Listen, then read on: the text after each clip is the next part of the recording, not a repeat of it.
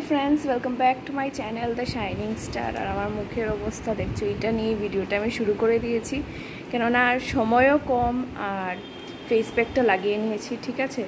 So আমি যে face প্যাকটা ইউজ করছি তোমাদের সঙ্গে আমি আগেও শেয়ার করেছি একবার, আমি এনেছিলাম যেটা ভিএলসিসি এটা মার্ট multipurpose face pack skin defence cleanses firms and brightens the skin বলা তো আছে, বাট আই ফিল লাইক অতটা ব্রাইট করে না বাট খারাপ না। আর আমার স্কিন যেহেতু সেন্সিটিভ অয়েলি তো এটার জন্য আমার খুবই ভালো হয়েছে, আর পিম্পলসও উঠেনি এটা লাগানোর পরে।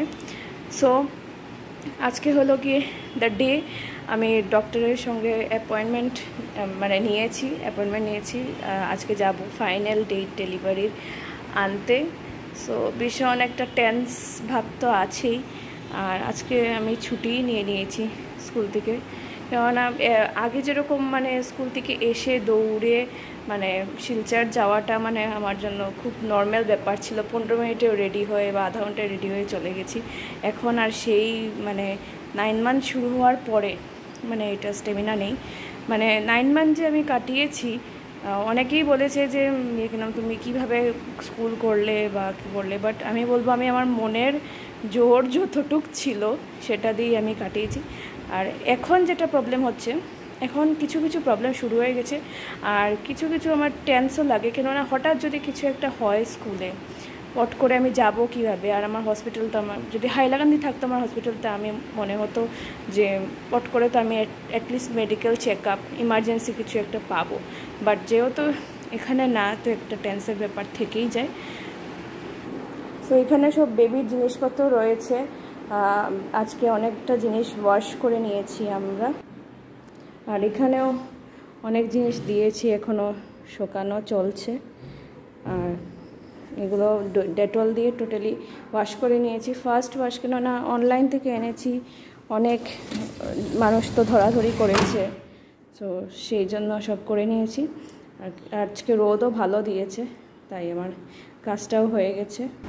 আর এখানে কিছু ড্রেসেস অলরেডি, ল্যাঙ্গট, প্যান্ট সব কিছু আমি ভাঁজ করে রেখে দিয়েছি, যেগুলো শুকিয়ে গেছে, পরে এগুলো প্যাক করে আমি রাখবো। আর বটল যেটা আমি এনেছিলাম লাভল্যাপের, অনেকেই বলেছো খুব সুন্দর হয়েছে এটা, ঠিকই সুন্দর হয়েছে। এখন এটা আমি ওয়াশ করছি না, কেননা আমি তো বুঝতেও পারছি না ফিডিংটা কিভাবে হবে, বাট সঙ্গে রাখবো এটা। ভাবছি স্টেরিলাইজ করে নিয়ে একবার চলে যাব, দেখা যাক, কেননা আমি এখান থেকে হসপিটাল থেকে যেটা আমাদের প্ল্যান আর কি, হাইলাকান্দি আমি পাবো না শিফট, ডাইরেক্ট আমি করিমগঞ্জ চলে যাব। তো আমার যা যা জিনিস আছে ইনস্ট্যান্ট যেগুলো লাগবে সেগুলো আমি নিয়ে করিমগঞ্জ চলে যাব। আর পরে দেখা যাবে, আমার হাজব্যান্ড তো আসা যাওয়া করতে হবে, ঠিক ওরও কষ্ট হবে, বাট করতে তো লাগবে একটু, তো তখন আমি বলে নেব আর কি।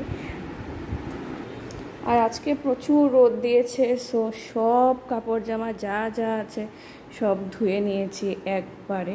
এখন যে কাজটা বাকি রয়েছে এই ব্যাগটা ধোয়া, ব্যাগ ধুয়ে রাখবো কোথায়, এটার জায়গা আর পাইনি, তাই ধুলাম না, আজকে আরেকদিন ধুয়ে দেবো। আর এসব কিছু মশারি টশারি জিনিস এগুলো আর হসপিটালে ঢুকাবোই না, প্রথমে তো এত দিতে লাগবে না, তো এগুলো আমি স্যানিটাইজার দিয়ে নিয়ে যাবো। এগুলো ধুলে আলটিমেটলি এখন শোকাবে কি শোকাবে না, এত পাওয়ারফুল রোদও নেই, শোকাবে কি শোকাবে না আমি বুঝতে পারছি না, তো এটা বুঝে আর কি ডিসাইড করব কি করা যায় পরে। স্কুলের প্রচুর কাজ বাকি রয়েছে, আর আমার টেনশনও হচ্ছে কপিগুলো কিভাবে চেক করব। ঠাকুর সঙ্গে থাকে অফুত, আমি চাইছি আমি সব কাজ কমপ্লিট করে যেতে পারি একদম রিল্যাক্স হয়ে। আমি এটাই খালি প্রে করছি, এখন একটা আলাদা টেনশন এসে গেছে, এখন আমি অনেক কিছু স্পিডিলি কাজ করতেও পারছি না। ফার্স্ট অফ অল বেশিক্ষণ বসতে পারছি না, ব্যাক এক হচ্ছে, তো নাহলে আমি একদিনেও এরকম হয়েছে 100টা 200টা কপি চেক করেছি, ইউনিট টেস্ট কপি যেগুলো, এরকমও দিন গেছে, কনস্ট্যান্ট বসে 1-2 ঘন্টা 2-2.5 ঘন্টার মধ্যে করে নিয়েছি। এখন তো পারছি না, জাস্ট কিছু করা নেই, মেনে নিতে হবে, যেটা শরীরের কন্ডিশন, পরে ওয়ার্স্ট কন্ডিশন হলে তো আর আমাকে কেউ দেখবে না, আমারটা নিজেরই দেখতে হবে, তো নিজের খেয়াল রেখে চলতে লাগবে। অনেকে বলে ফেস প্যাক লাগানোর পরে কথা বলতে নাই, বাট আমি কথা বলে নিচ্ছি, কিচ্ছু করার নাই, কেননা পরের ভিডিওটা আমি কন্টিনিউ করতে পারবো কি না আমি বুঝতেও পারছি না।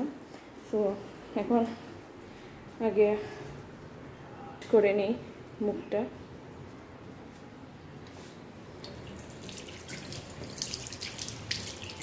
তোমরা চাইলে কিছু মানে মাসলিন ক্লথ দিয়ে মানে উঠিয়ে নিতে পারো, আমি এরকমভাবে উঠিয়ে নিই। ও বাবা কি গরম জল!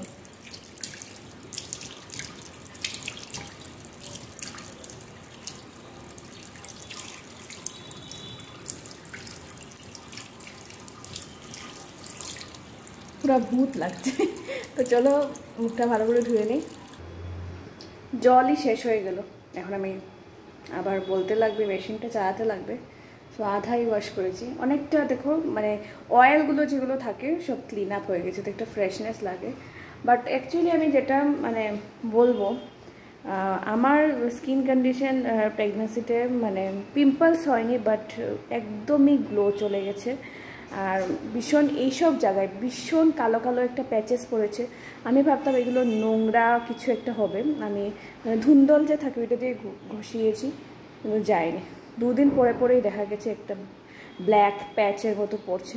তো আই থিঙ্ক এটা মানে মানে এই টাইমে মনে হয় শরীরে হয় এরকম, আমি ঠিক জানি না, সবার তো আলাদা আলাদা অবভিয়াসলি থাকে।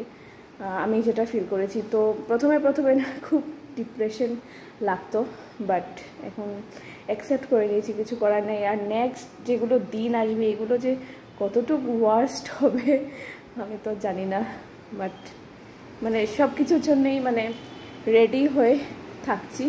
ওয়ার্স্ট ভালো যেটাই হবে বেস্ট হবে।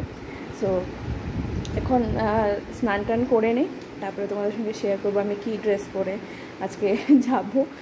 ইভেন অনেক ড্রেসেস আমার যেগুলো মানে ফিটই হচ্ছে না, আর এখন আমি খুব একটা মানে ড্রেসেস আমি মানে কিনতে চাইছি না।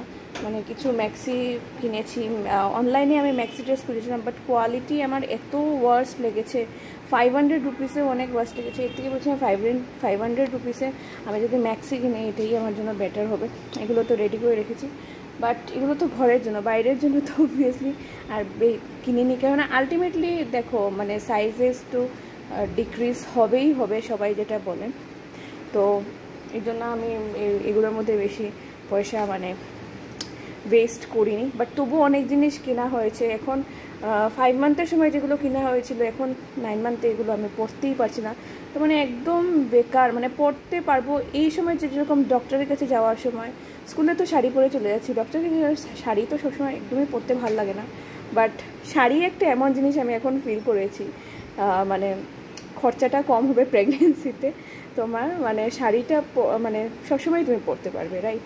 আগের দিনে মারা যে মানে ওরা শাড়ি পরতো, বেস্ট ওদের কিন্তু নিতে লাগতো না। আমাদের তো সাইজেসের একটা ফ্যাক্টর এসে যাচ্ছে।